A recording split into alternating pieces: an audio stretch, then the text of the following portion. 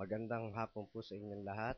Ako po si Rodolfo Jose Lapus, anak ni Felisa Cruz Lapus at Armando Rodolfo Lapus. Pinalad po ako mag-asawa ng isa rin din pong tagapako na si Priscilla San Diego at kami po ay nagkaroon ng 4 na supling. Ako po ay humaharap sa inyo upang ipahayag ang aking mga mithiin sa darating na halalan. Dahil po sa haba ng termino na nahawakan ko sa gobyerno bilang isang kagawad, ay nalaman ko ang mga suliranin na dapat iayos sa ating bayan. Pilit po nila ako ibinagsak ng mga nagdaang panahon, ngunit napatunayan ko po na ang pagtitiwala ng tao ay kanila pa rin ibinibigay sa akin nung ako po ay muling magbagi bilang nangungunang kagawad sa aming barangay. Alam ko po, naligid sa kaalaman ng iba na ang trabaho ng isang konsehal ng bayan ay gumawa ng batas. Ngunit nahandito po ako upang pag-iktingin ang mga batas na naipasa na sa ating pamahalang bayan upang higit na mabigyan ng magandang solusyon ang kinakaharap nating mga problema. Hindi po natin napapansin na karamihan po sa ating mga kasamahan ay puro salita lang ang ginagawa sa pamahalaan at kulang na kulang po sa gawa.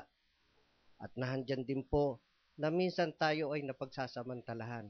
At dito po, nakikita ko na nawawalan tayo ng karapatan, ang karapatan ng mga mahihirap dahil po sa kanilang mga naidudulot o ambag sa ating kabanyaman o yung maliliit na buwis na nakuha sa kanila ay napagsasamantalahan pa.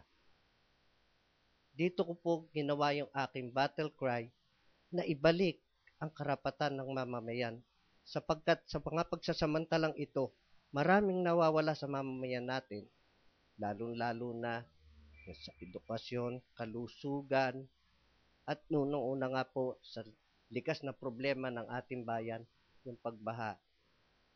Marami po sa atin na nagtataka bakit o kung saan napupunta ang ating mga yaman o yung mga buwis na ibinibigay sa atin ng pamahalaan upang matulungan maiangat ang antas ng ating pamayanan.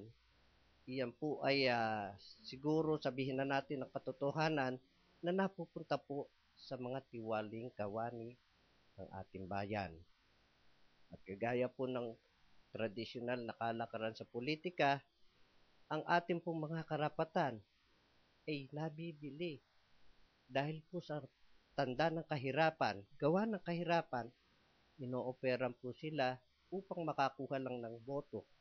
At yung napakahalaga nilang boto ay nawawala sapagkat isa sa pinakamahalagang karapatan ng mamamayan ay ang kanilang pagboto. Ang pagluluklok nila sa mga tamang tao at karapat-dapat sapagkat mayroong mga politiko na lahat ng paraan ay ginagawa nila upang ito'y mawala sa kanila. Kung hindi man makuha sa pera, gumagamit sila ng mga tao upang ma-commit ang kanilang mga hahalagang boto at doon mapapansin natin na nawawala talaga tuluyan at patuloy na nawawala ang kanilang karapatan. Hindi po kagaya ng inyong lingkod na ang paglilingkod ay nagmumula sa puso.